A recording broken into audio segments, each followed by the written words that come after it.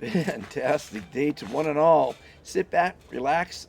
I'm going to talk about my favorite subject, one of my favorite subjects, and that's the universe. It's so large. The James Webb telescope is showing us how large it is. 93 billion light years across. Well, one section of it anyway, what we can see at this point. And we can't travel a light minute away. It's a big place out there.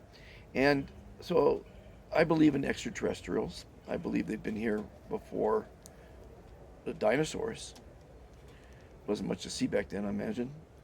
And it's much more interesting to see the human race for them. But I've studied it for years. I first started studying it when I had a post-production company in Los Angeles. And I had a client that was taking his films, his videos, and back then it was videos, and distributed them around the world. And so I'd walk into the lab and watch them, and they were on crop circles. Crop circles are very interesting things that's been going on for many, many, many years around the world. And I believe that it's what's the word for it? Radioactive beam that makes a signal, that writes a pattern, because they found one of the patterns in a rock that was dated 500,000 years old. So they're beautiful, by the way, and they happen overnight. And there were some guys in England that poo-pooed it and went out and got boards and made some circles of their own. But what they did was they crushed the grain to make the pattern. Well, as I know, and I've seen, they've looked at the stalks of the true crop circles, and overnight the stalk turned sideways. Wasn't broken, wasn't crushed, molecularly turned like it grew sideways. So overnight it grew sideways. And I believe radiation did that. I had radiation treatment on my rib when I was a young man, and I think pointed radiation can probably alter a grain stock. That's just my own opinion. But that's just one aspect of signs from extraterrestrials. If you looked at I think it was called the Madonna, the painting, the Madonna, very famous piece of art. If you look in the background, you see a man looking to the skies next to his dog, and up in the sky was a flying saucer. And ancient cave drawings depict flying saucers, aliens with helmets. So, we didn't have video back in the old days. We had cave drawings and we had paintings. Actually, the god Thoth, this guy here, created writing because words are spoken and they're lost. And he thought of, well, let's put them down. And they created clay tablets. And he created language and mathematics and astronomy, I believe it was.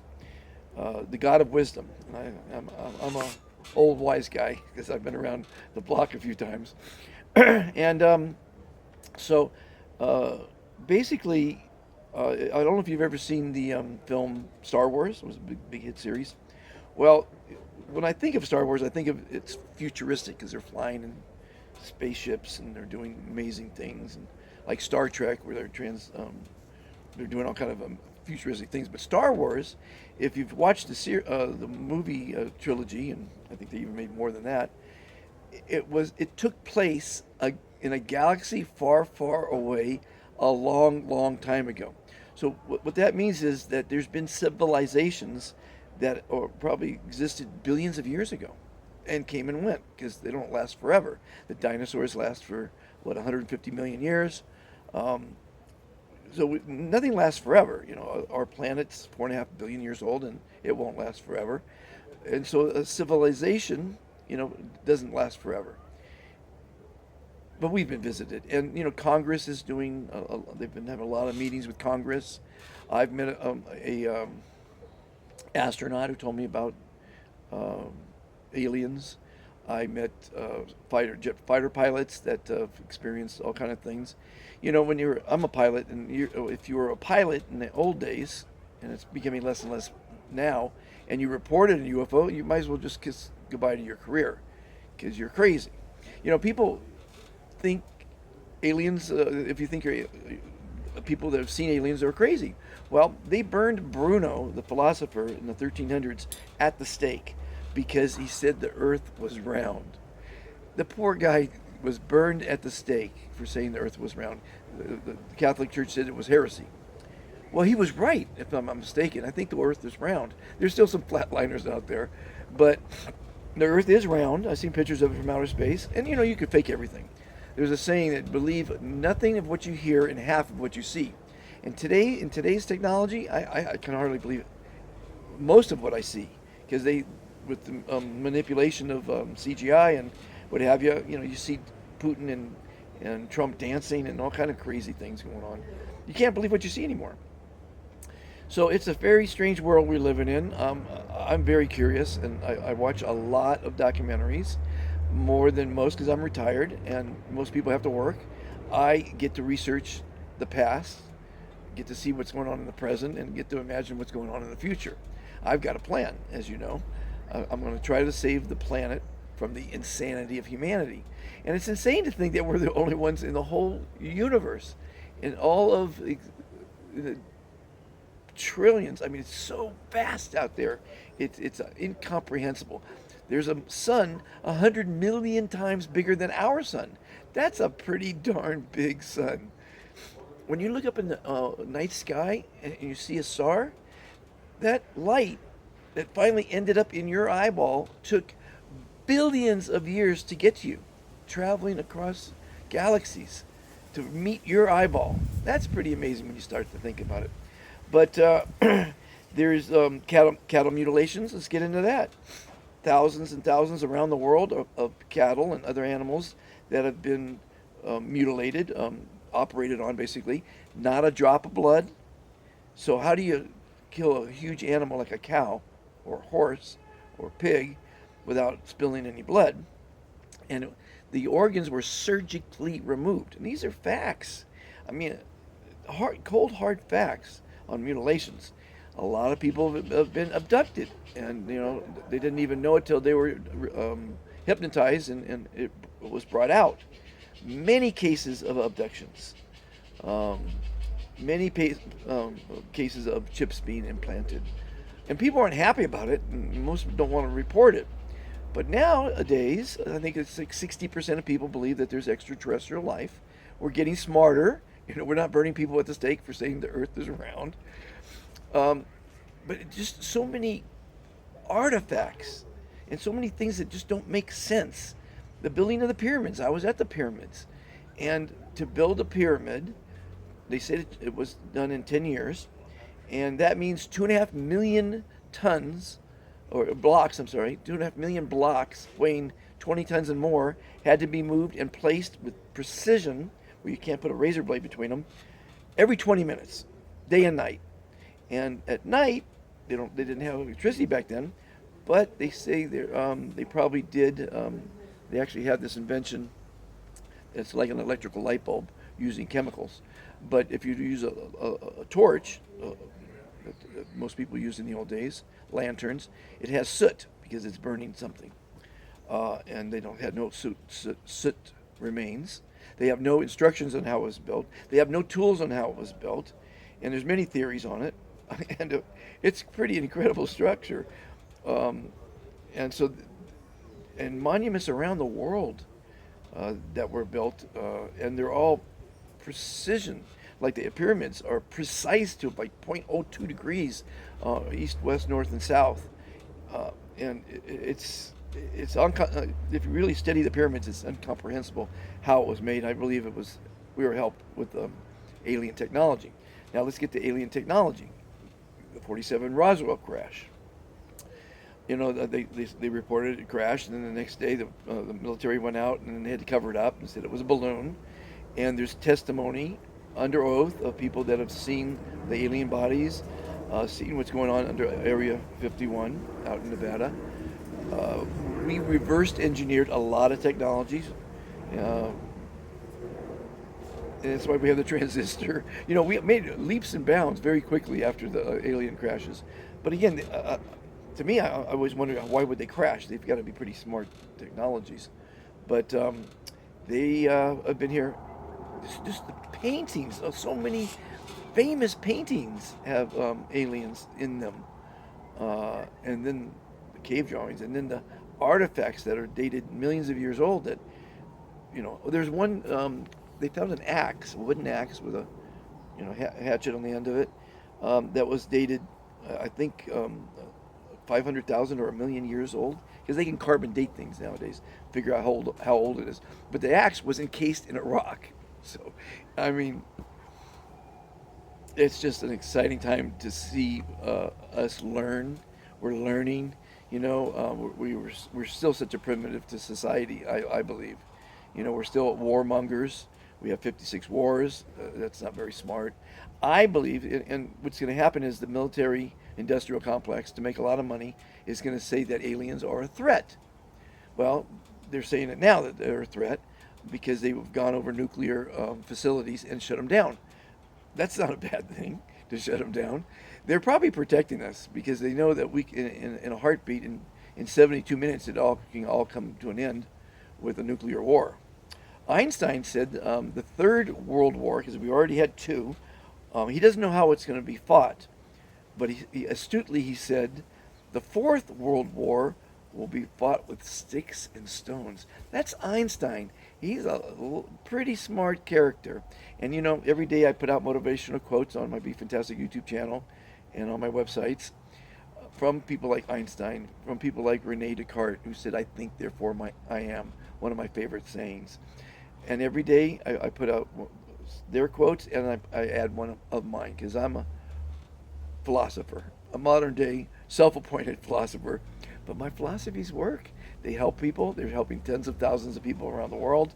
And I'm happy to share my little experience on this blue dot in the universe. Aliens are here. Congress is investigating it. Whistleblowers are coming forward and not being prosecuted or not prosecuted. What's the word I'm looking for? Humiliated, I guess, or not being persecuted. That's the only thing I'm looking for coming forward. It's a new era. 2026 is year one in numerology. The universe is numbers, and number one means new beginnings. And I believe we need a new beginning. We need a new reset. We need to adopt kindness. And I'm working with a lot of important people that are helping me accomplish our mission for a kinder world. I'm trying to unite the people of the world, not the nations, not the religions, or the sexes, or the creeds, or the colors, but the people. And I'm calling it the Global Kindness Federation, a digital nation of people that believe in the new reset, the new beginning, a kinder world. Be kind to yourself, be kind to others, be kind to Mother Earth, be kind to the aliens. And again, let me get back to they're not a threat. When you become highly intelligent, you become more benevolent. You're not going to be, in my opinion, I mean, everything's my opinion, of course. And it's amazing how I've come about these opinions, because I didn't go to school. I struggled through junior and senior high school. I didn't go to elementary school. I don't remember going anyway. My college was hitchhiking around the world at 17. Met a lot of people. I went from 17 to 26 overnight, because no one's going to listen to a 17-year-old, but they will listen to a college graduate that's 26 years old. I always say, don't lie. That was a fib. It was a harmless fib that didn't hurt anybody and helped many. So, am I perfect? No. Have I always been kind? No. Did I do some bad things in my life? Yes, we all have. Was I a fantastic father? The best. I gave the love I never had. But I do want to know more about aliens, so every day I study it. There's so much more information coming out. I've seen most every documentary on it, and when you have a president that's seen one, when you have a senator, I mean, they're regular people, yes, but typically we respect a president or a senator or an astronaut or a jet fighter pilot, because even my son, who's the most sounded guy you could ever imagine, saw one, and he's not one for making up anything. And when you see one, you never forget it. Like rubbing shoulders with a celebrity, you just seem to never forget it. But I believe I saw one once many years ago in the 80s, and it was something way up in probably outer space, but it was stationary for a long, long time. And stars aren't stationary; they move around. Um, and it was blinking red, white, and blue. I think it was at the time. So that was pretty amazing to see that. And I did see something fly when I was driving to Mammoth one day. I did see something that was. I was driving. My wife was looking off to the right, and she goes, "Do you see that?" And as she said that, because it looked like an ICBM, like 20 feet off the ground, going very fast. As she said, "Did you see that?" It was already in the horizon, miles ahead, and gone. So it could have been an ICBM, but it it looked like it had kind of like a capsule in the front and a little winglet in the back. It was pretty amazing to watch because it was only there for 1 second. So that was pretty amazing to see. I'm from California, as you all know, and I didn't know it at the time, but I haven't been there in 5 years. But it's the capital of UFOs, I guess, especially the waters between Catalina and Los Angeles. But they're there. They're here. I believe they're going to help us. I think the government's been working with them for decades, um, and don't be afraid. Don't be afraid. Let's hope they're benevolent. I truly believe they are. I think they want to see us, you know, succeed and be a kinder society. And I hope we will be a kinder society soon. It's my goal to save our planet from the insanity of humanity. I want you to join me, becoming a director in your state, province, region, or become a director in a country. Recently, we have a new director in Spain. We have a new one in Brazil. We have a new one in India, and we're getting one tonight in Japan. So people are hearing about the Global Kindness Revolution. They wanted to take part. They wanted to help, because I don't want people to say, "What's in it for me?" And everyone's doing it as a volunteer. Eventually, we'll pay people because we're coming into funding. But I want people to say, "How can I help? How can I help make the world a better place?" My quote yesterday was, "Don't ask what the world can do for you. Ask what you can do for the world." What can you do for the world? Here's what you can do: be kind to yourself, be kind to all others, and be kind to Mother Earth. And if that's all you do, put your name on the list, worldkindnesslist.com. We don't need your phone number. We don't need your money. We don't need your email. We just need you to be kind. Follow the 3 commitments. It will improve your life, which will improve your family life, which will improve your community's life, which will improve your state, country, and the world's life. We have to be kind. 2 words that save the planet. I got some big plans for 2026, year 1, and with your help, or without it, it's going to happen. So please like, subscribe, and share. This isn't a commercial venture. It's not. We don't promote politics or religion or business. But we do have groups for those people. We have hundreds of religious groups because people love religion. And we have lots of, not many, but lots of business groups because people love business. They love making money. And you have to make money. I understand that. So I broke down and I'm opening up business groups. And we're opening up opportunities that I know of that will help you. I don't care to benefit from them financially. I want you to be happy. I'm out there to make you happy because you are the most important person on the planet. Know that. Believe that. Love yourself unconditionally. They say if the oxygen mask drops, put it on first, then help others. Because if you're not alive, well, or happy, you can't be of service to yourself, your God, your country, your family, your community. Nothing. You've got to be alive and happy and love yourself. That's the most important thing. Thanks for watching. Again, share this because, someone might need to hear these words. I've got over 2,500. Oh, this sun feels fantastic, by the way. Enjoy the little moments in life. Over 2,500 videos on this channel here. We've got all the social media: Be Fantastic Facebook, Be Fantastic Be Fantastic O2 Instagram, Be Fantastic obviously YouTube here, at Dr. Fantastic on X. We've got I send up smoke signals in here in Antigua. Get the word out about kindness. It really changes your life. It's changed my life. I'm dedicating the rest of my life to spreading the kindness revolution, which, as I said before, is now the Global Kindness Federation. And it's free. I apologize that it's free, but It is what it is. It's my gift to you. Gifts are free, right? It doesn't cost you to give. My next book's coming out. I've been working on it lately. My internet went out, so I was forced to work on it the other day. So, I haven't worked on it in a while. My first book is Lester's Legacy. It's the story of, it's actually my kind of autobiography based on my life. And that's been well received, and they wrote a script about it. Hollywood wanted to make it into a movie, and one day it might be. Everything happens in life as it should, when it should. You're listening to this. It took you many years to get to be listening to this video. You had to do all the right turns and all the correct turns and the left turns and all the turns to get to watching this video. Hopefully it's influenced you. Hopefully to put a smile on your face. Hopefully you'll share it, and hopefully it will make the world a better place. Let's hope. Because all you need is love. All you need is love. Love.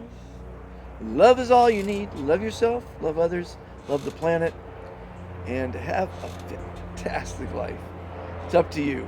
No one's going to make it for you. I can talk like this for hours. I'll see you later.